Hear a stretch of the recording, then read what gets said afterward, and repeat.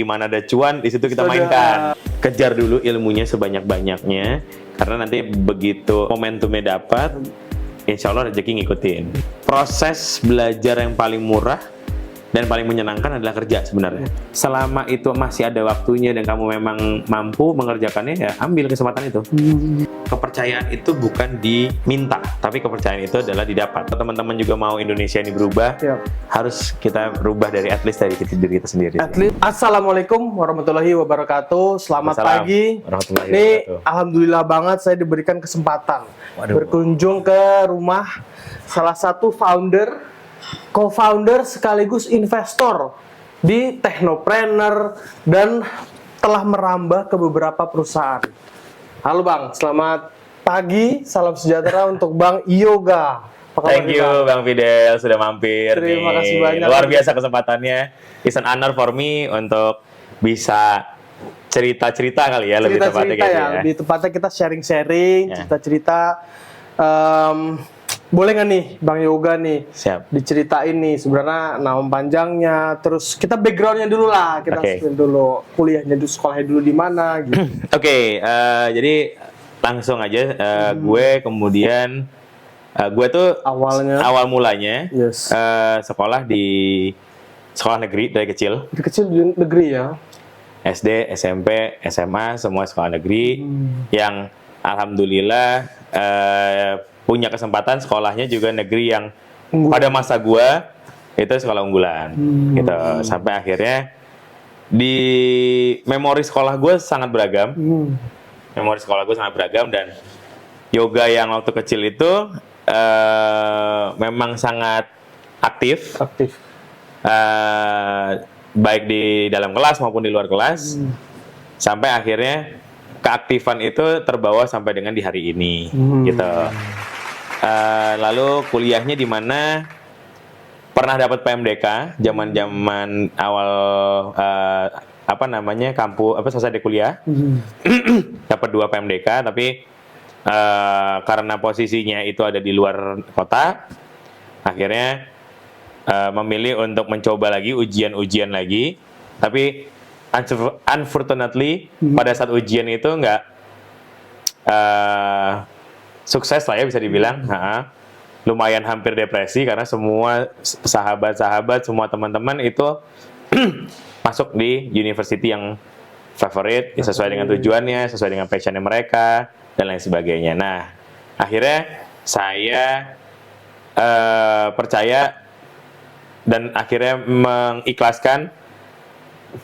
Ya wis, sekolahnya di swasta.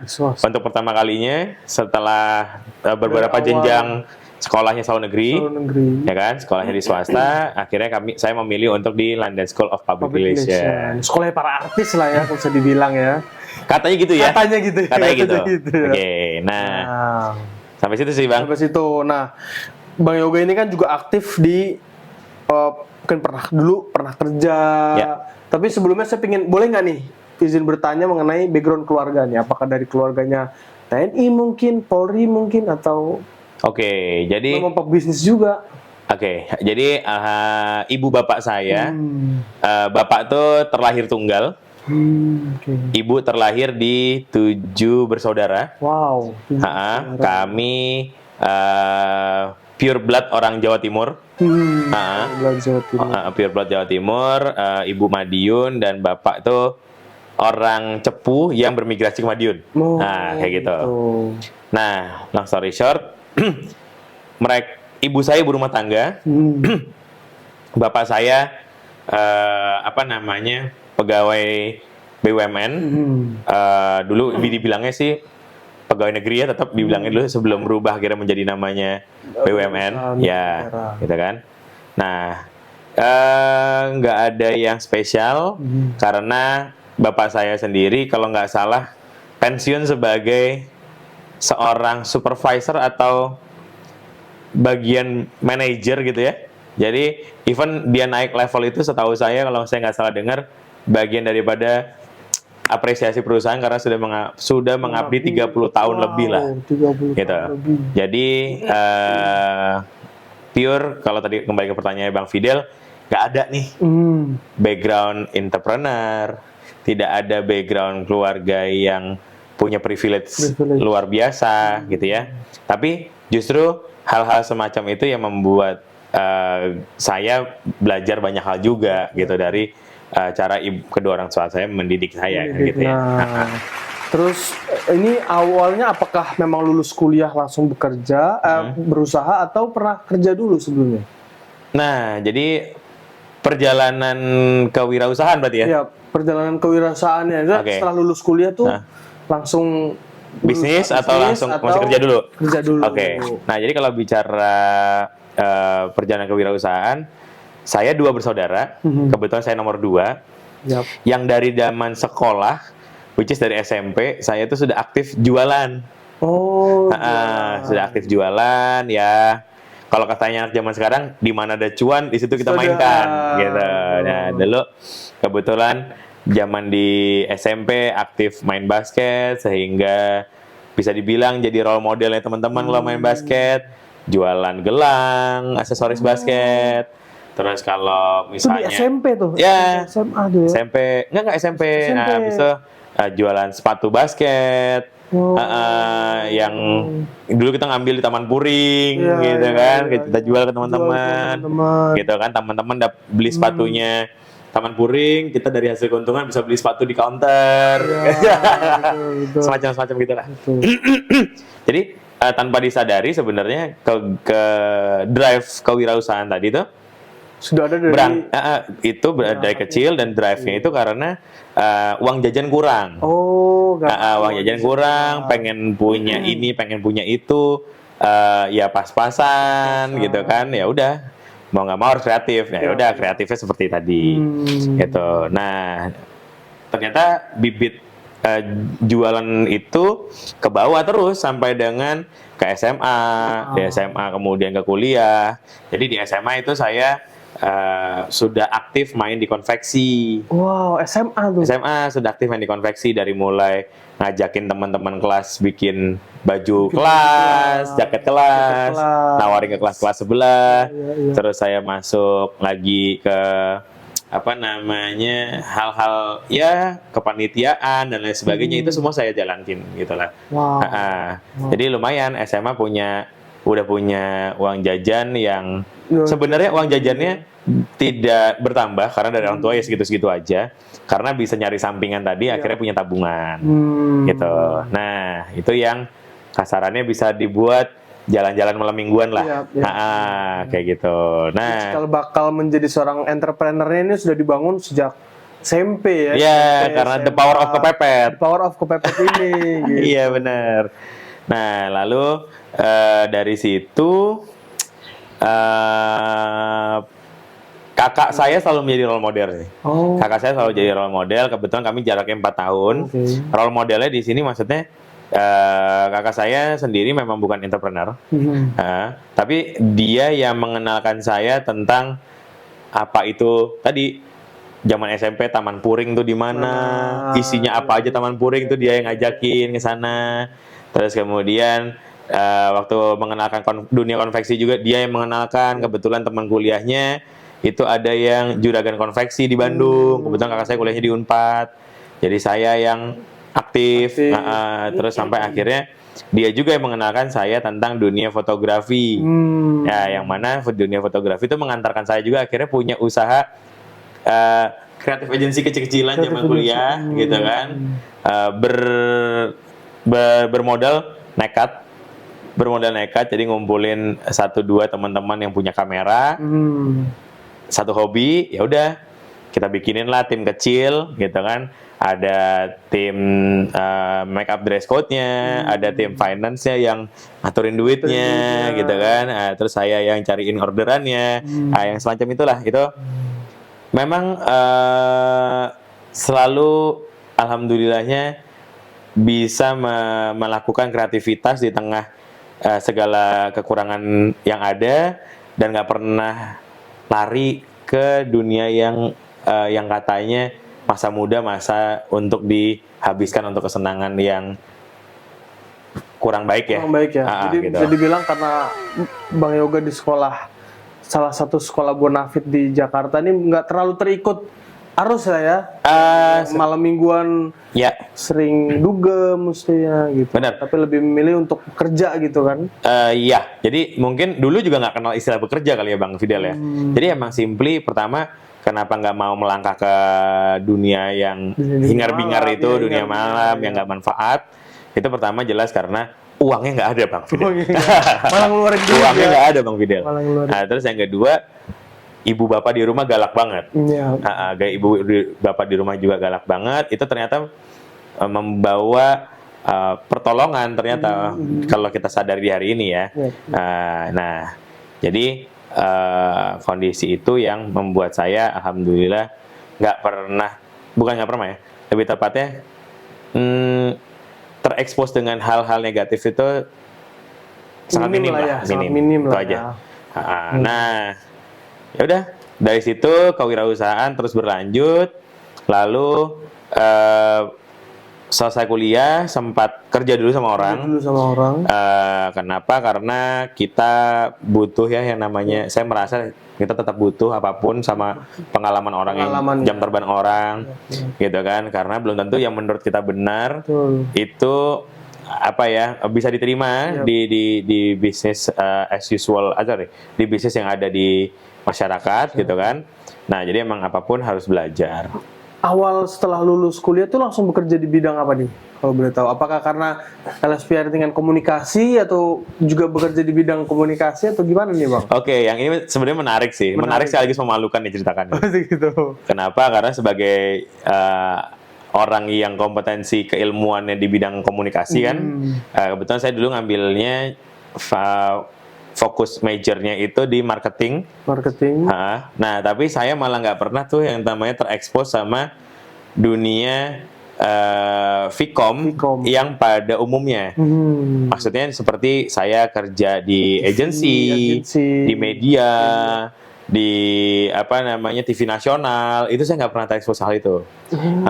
Kenapa? Karena ada sejarahnya.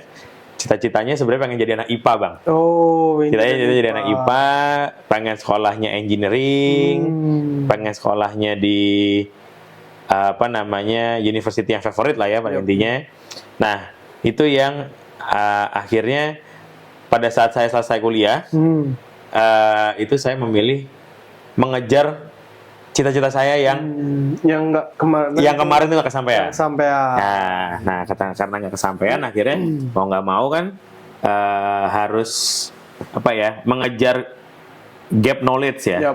Gap knowledge antara kita yang orang sosial dengan teman-teman kita yang secara keilmuan di IPA. Betul, di IPA. Dan industrinya juga industrinya engineering gitu kan. Nah, akhirnya kerjaan pertama saya itu mengantarkan saya ke dunia pertambangan. Dunia pertambangan, tepatnya di tambang nikel di tahun 2012. Jadi kalau hari ini semua sedang gegap-gempita nikel, saya 2012 sudah ngerjain nikel. Dan kebetulan di tahun 2012 itu pun saya kerja di perusahaannya bukan multinasional ya. Saya kerja di perusahaan kecil sehingga saya harus mengerjakan beberapa task apa namanya di satu korporasi di site mining itu. Oke. Nah, tapi utamanya saya ngerjain soal laboratorium. Di daerah mana itu, Bang? Di Sulawesi Tenggara. Sulawesi Tenggara? Ya. Dari anak Jakarta, betul, lompatnya ke Sulawesi Tenggara. Betul. Betul. Gimana itu, Bang, rasanya dari... rasanya tentunya nano-nano ya. Nano-nano, ada homesicknya. Ada excitednya karena dunianya baru, melihat apa namanya wilayah yang nggak biasanya kita temuin, artinya kayak nggak banyak kendaraan bermotor, nggak banyak gedung bertingkat dan lain sebagainya. Justru saya dari kota Kendari landing itu sampai dengan ke site-nya saya itu masih dulu 6 jam perjalanan lah. 6 jam perjalanan gitu. Jadi benar-benar jadi anak ini pedalaman. Wow. 6 jam perjalanan. Gitu, 6 jam perjalanan. Nah, setelah itu berapa lama tuh bekerja di perusahaan tambang nikel? Nah, kerja di perusahaan nikel tersebut itu hampir 1 tahun ya. Hampir 1 tahun. Hampir 1 tahun. Lagi enak-enaknya kerja, lagi enjoy-nya kerja. Dulu ada perpres atau permen, saya lupa. yang menetapkan bahwa Indonesia nggak boleh lagi mengekspor raw material. Ya. Jadi akhirnya semua pertambangan tutup dan akhirnya semua sibuk membangun smelter. Seperti itu situasinya. Jadi habis itu pindah balik ke Jakarta lagi. Balik ke Jakarta dulu, Balik ke ya Jakarta kan? dulu. Balik ke Jakarta dulu, masih di kantor yang sama, sempat berangkat kebetulan bos itu punya tambang batu bara juga. Sempat masuk di site batu bara sebentar. Terus saya memutuskan untuk keluar untuk mencari dan mengadu nasib lagi di field engineering yang lain. Field engineering yang lain. Ya, akhirnya saya dari mining pindah ke kontraktor oil and gas. Kontraktor oil and gas. Kontraktor oil and gas itu juga lokal, perusahaan lokal. Pada saat itu saya membantu perusahaan yang bisa dibilang kalau zaman anak sekarang tuh bilangnya startup. Mereka masih baru memulai, krunya juga belum banyak. Ya, saya salah satu kru di dalam perusahaan tersebut. Nah, perusahaan ini servisnya itu namanya Early Production Facility atau biasa disebut EPF. Wow, EPF. EPF nih. Jadi kalau orang engineering pasti sudah sangat familiar, apalagi orang minyak dan sebagainya. Nah, tapi kalau buat penonton nanti yang nggak tahu EPF boleh googling. Tapi pada EPF itu singkatnya adalah well sumur bor yang setelah minyaknya keluar itu ditampung oleh Early Production Facility ini untuk memisahkan mana air, mana tanah, dan mana minyak. Air, mana tanah, mana minyak. Ya betul kan, karena keluarnya dari bawah sumur kan. Nah, bawah sumur itu membawa banyak material dan itu dipisahkan. Nah, saya di sana sebagai apa? Sebagai helper operator. Jadi helper operator. Kasta yang paling bawah. Wow. Kasta yang paling bawah. Kasta yang paling bawah itu dinamika dalam hati juga keras banget. Kenapa? Karena merasa pernah dapat pendidikan yang sampai di taraf university. Nah, saya mengisi slot terendah di satu level perusahaan gitu kan, yang mana kerjaannya sangat fisik gitu kan. Memang dituntut ketelitian dan sebagainya, itu benar. Tapi ya intinya ya itu kerjaannya, mohon maaf, ya orang yang nggak perlu sekolah tinggi lah, kayak gitu. Tapi ya lagi dan lagi kebetulan yoga nih orangnya yang nggak suka nggak suka sesuatu yang tidak ada tantangannya. Jadi kita jalanin. Gitu. Itu berapa lama tuh Bang di perusahaan tambang? Setengah tahun ya, nggak lama. Saya nggak lama. Kenapa? Karena saya melihat terus terang karir path-nya pada masa itu masih ngelihat pentingnya karir path. Waduh, terlalu jauh nih. Kalau saya berusaha menjadi atau mereach posisi tertentu sebagai level boss di perusahaan oil and gas, karena saya bukan orang yang bidang tersebut, pasti akan banyak mentoknya lah. Jadi saya rasa, waduh, saya nggak usah buang waktu panjang-panjang deh.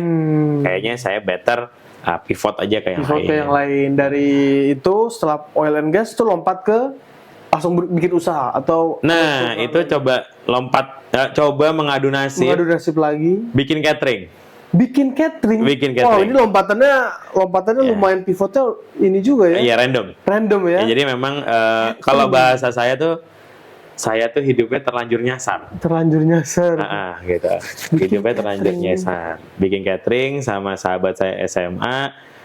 Ya, menuju catering ini kan step pertamanya kan adalah mencoba jualan dulu kan. Bahwa makanan kita tuh oke apa enggak sih rasanya dan lain sebagainya. Bagaimana mencari omset hariannya dan sebagainya. Nah, saya bersama sahabat saya ini berdua. Dia yang kebetulan pada saat itu situasi keluarga sedang tidak baik-baik aja. Situasi keluarga saya bisa dibilang itu titik terendah keluarga kami, sehingga saya harus minta tolong ibu saya masak, kemudian di packing, lalu kemudian pagi harinya subuhnya itu saya sudah berangkat naik motor ke arah Senayan, Sudirman dengan membawa beberapa kantong makanan untuk saya drop ke beberapa office yang dikerjasamakan oleh OB. Jadi saya titip sama OB-OB. Saya titip sama OB-OB satu gedung gitu ya. Saya taruh 50 kantong makanan, nasi kuning atau nasi uduk, nasi putih beserta campurannya. Seperti itu. Partner saya yang sahabat saya tadi SMA itu kebetulan beliau yang punya rezeki lebih. Jadi dia yang kasarannya modalin saya lah. Jadi saya yang ngerjain, saya yang beresin, itu sebagainya.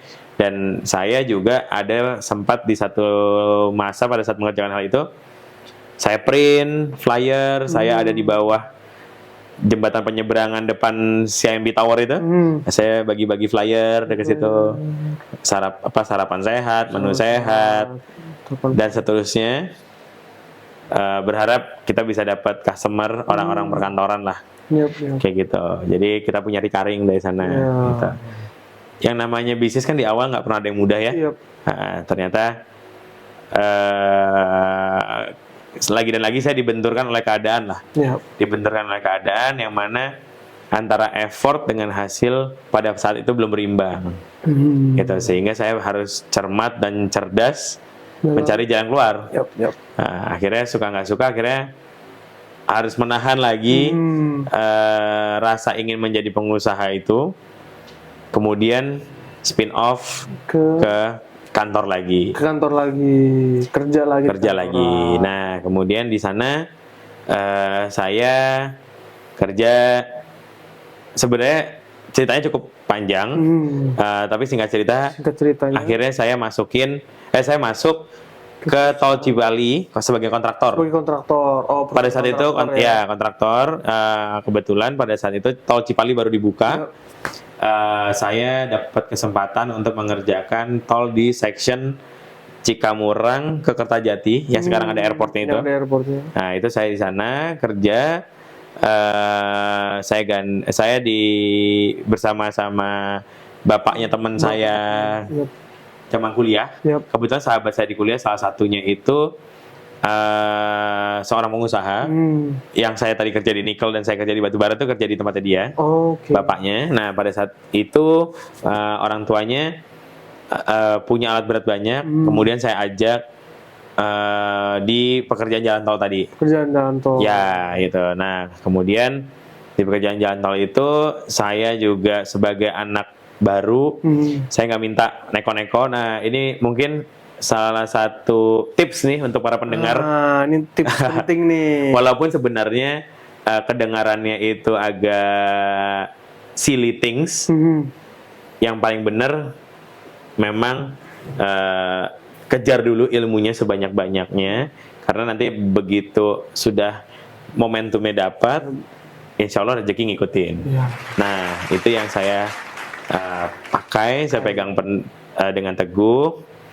Sampai akhirnya di dunia konstruksi itu, saya pun juga nggak pernah tanya gaji saya berapa.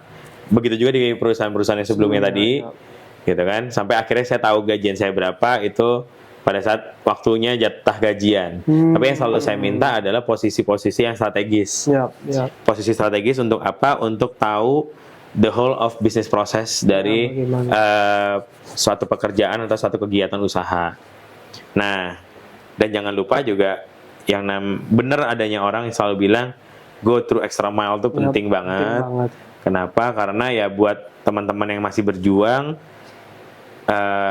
sama halnya kayak kita pada saat mau masuk perguruan tinggi negeri, harus makin banyak soal yang kita kerjain, makin banyak soal yang harus kita latih, gitu kan? Harus makin banyak begadang yang kita laluin, gitu kan. Tidurnya semakin kurang. Untuk apa ya? Tujuannya adalah masuk ke university yang tadi diidamkan, gitu kan. Nah, sama hal dengan dunia bekerja, gitu kan. Nah, sebelum ultimate-nya menjadi seorang entrepreneur, ya bagusnya itu adalah belajar sama dulu orang. Karena proses belajar yang paling murah dan paling menyenangkan adalah kerja sebenarnya. Sambil bekerja ya. Betul. Kenapa saya bilang murah? Kamu kalau gagal nggak perlu menanggung resiko kegagalannya. Oke. Ketika kamu rugi, kamu nggak perlu menanggung kerugiannya. Karena kerugiannya ditanggung oleh perusahaan. yang kamu dituntut adalah ya cerdas saja. Cerdas mengelola problem solving, kamu cerdas menempatkan diri di struktur organisasi, kamu cerdas berkomunikasi sama teman-teman maupun bawahan. Betul, mau peers, mau atasan maupun mau bawahan sama tim yang akan dipimpin. Kan gitu ya. Jadi kalau itu semuanya sudah, dan jangan pernah hitung-hitungan kerjaan sih kalau saya bisa bilang. Jadi ketika lo dikasih kesempatan, misalkan emang job desk-nya A, gitu ya, secara kontrak kerja gitu, misalnya gitu ya. Tapi dapat exposure soal B dan C, menurut saya selama itu masih ada waktunya dan kamu memang mampu mengerjakannya, ya ambil kesempatan itu. Karena dari situ kombinasi knowledge-nya menjadi akan lebih bagus. Sebenarnya sama kan dengan organ tubuh kita kan. Ya otak kan cuma bisa membuat planning di kepala gitu kan. Dan otak kan hanya punya sesuatu yang sifatnya impian, betul. Tapi kan mewujudkannya harus kerjasama dengan tangan, dengan kaki, dan indera kita yang lainnya. Nah itu saya ilustrasikan sebuah knowledge lah. Satu knowledge itu nggak akan cukup untuk membentuk kita sebagai seorang entrepreneur yang baik sih. Nah, gitu sih. Lanjutkan yang tadi nih. Yes. Kerja di project ngebangun tol Cipali. Itu ngapain aja tuh? Apa aja yang dipelajarin tuh? Oke. Nah kebetulan saya pada saat itu mintanya sebagai project manager. Kenapa saya minta hal yang little bit crazy? Karena literally different sama backgroundnya saya. Karena saya tadi sih mau tahu secara holistik bisnis prosesnya seperti apa. Nah dengan begitu apa aja yang dikerjakan, ya tentunya A sampai Z tadi. Jadi saya kebetulan juga bos saya pada saat itu bukan orang yang punya domain knowledge di kontraktor jalan, karena dia orangnya tadinya berangkatnya dari kontraktor mining. Nah dengan begitu saya dapat challenge. Pertama challenge-nya adalah ngedevelop tim yang memang bisa mengerjakan pekerjaan yang sudah diberikan oleh Menkon. Which is pada saat itu kontrak pertama kami itu melakukan kegiatan timbunan untuk 11 jembatan. 11 jembatan. Yes, timbunan. 11 jembatan untuk timbunan untuk 11 jembatan. Nah, di sana kan banyak metodenya ya Bang ya, gitu ya. Dari mulai land clearing, terus kemudian harus ada soil test, terus kemudian dalam penimbunan juga ada toleransi maksimalnya. Jadi kalau untuk kelas jalan tol itu Bang, per 30 cm itu atau maksimal 40 cm itu harus pemadatan. Pemadatannya pun pakai alatnya, ada yang namanya vibro, ada yang namanya Sipfoot, dan lain sebagainya. Nah, itu tuh harus dilakukan secara teratur, sistematis, sesuai dengan metodologi yang diberikan oleh konsultan pengawas di lapangan. Ya, sehingga kita juga kerja nggak boleh serampangan. Nah, belum lagi kita mencari sumber tanah merah yang memang qualified, seperti yang diharapkan oleh Menkontraktor, gitu kan. Nah, kita ya udah. Jadi kalau saya ditanya kegiatan apa yang saya lakukan di sana, ya A sampai Z, dari mulai saya memanage kalau karena timbungan kan itu ya, dari mulai saya memanage quarry, tambang tanahnya, saya memanage supir truknya, saya memanage operator tim yang di lapangan yang kerja dengan alat beratnya, saya juga harus memanage supply bahan bakarnya, saya harus memanage sosial masyarakat juga. Wow, harus sampai ke sosial masyarakat juga. Terus saya harus memanage dinamika internal tim saya juga, gitu. Dan saya juga harus memanage keuangan baik dari sisi pengeluaran dan memastikan pemasukan atau invoice itu juga lancar. Ya, itu yang kira-kira namanya dikerjakan, yang harus diperhatikan. Jadi sebagai seorang project manager tadi, ya tentunya kerjanya lebih banyak, tidur lebih sedikit. Itu tuh berapa lama tuh ngerjain project jalan tol sampai akhirnya katanya dipercaya beberapa project-project berikutnya. Oke, jadi sebenarnya kontrak awal itu 23 miliar rupiah kalau saya nggak salah. Wow. Untuk 11 timbunan tanah tadi. Karena performance kita bagus, ditambahin kontrak kerjanya.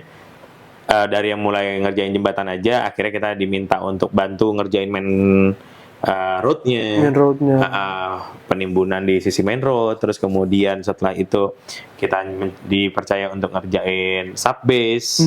Subbase itu adalah, ini mohon maaf nih, kendala teknis. Tadi Bang Yoga sudah sempat bekerja di tambang nikel, bekerja di oil and gas company, lalu pernah mengerjakan proyek pembuatan jalan tol ya, mulai dari line clearing. ya, Itu mulai awal proyek 23M sampai tertinggi 78M. yes, sampai akhirnya final kita kontrak semua 78 miliar. 78 miliar di usia yang belum genap 25 tahun ya. Lebih kurang ya. Lebih kurang 25 tahun sudah menghandle proyek sebesar itu. Nah, Alhamdulillah. ini mungkin boleh nggak nih dibagikan tipsnya? Ini gimana nih masih sebagai anak muda bisa diberikan kepercayaan sama orang tuh untuk menghandle proyek-proyek yang besar? Oke, ini mungkin gimana caranya? Gimana caranya? Jawabannya pertama adalah determinasi sih. Determinasi. Jangan pernah lupa sama determinasi. Determinasi itu apa ya bahasa lainnya, Bang? Kira-kira apa ya? Tekad ya kali ya? Tekad ya. Nah, determinasi itu adalah tekad. Jadi jangan pernah punya tekad yang tempe, jangan pernah mentalnya juga harus yang ya, jangan pernah punya tekad yang setengah-setengah untuk mengejar mimpi kita. Nah, sebelum mengejar mimpi kita kan tentunya harus ada apa? Harus bisa jadi orang yang dipercaya. Betul. Jadi saya sangat mengingatkan kepada seluruh nanti rekan-rekan yang menonton channelnya Bang Fidel, kepercayaan itu bukan diminta, tapi kepercayaan itu adalah didapat. Jadi kan kepercayaan itu bukan diminta tapi didapat. Tuh yes. Di highlight. Nah, bagaimana mendapatkannya? Tentunya dengan berbagai cara. Kerja keras, jujur, tanggung jawab, disiplin, gitu kan? Disiplin, dedicated, berintegritas. Nah, dan semua hal lain yang saya nggak usah sebutkan lagi satu persatu. Sehingga di mata pimpinan, kalau kita masih kerja di tempat orang, di mata pimpinan perlahan akan melepas kepercayaan ke kita satu demi satu gitu. Yang semula mungkin dipercaya untuk mengatur hal-hal kecil, meningkat menjadi menengah, sehingga diizinkan untuk mengambil keputusan gitu kan. Nah, dari mulai uang-uang kecil dan lain sebagainya sampai ke uang yang lebih besar. Betul. Nah, jadi itu sih tips dari saya. Terus yang berikutnya bukan tips kali ya, lebih tepatnya mengingatkan. Nah, karena kalau tips kan kesannya motivator ya. Kebetulan gue bukan motivator, gue praktisi yang udah melewatkan ini. Mengingatkan bahwa saya sebagai seorang PM paling muda di lapangan pada saat itu ya, di antara banyak kontraktor lain, dibilang anak muda yang gila. Kalau teman-teman mengira saya gajinya luar biasa besar, gaji saya dari awal sampai dengan saya pamit sama bos saya, gaji saya semua yang adil bos saya. Kenapa saya nggak mau ada konflik of interest? Nah, itu semua kan proses pembelajaran ya. Pembelajaran. Dan saya nggak pernah menyesalkan hal itu.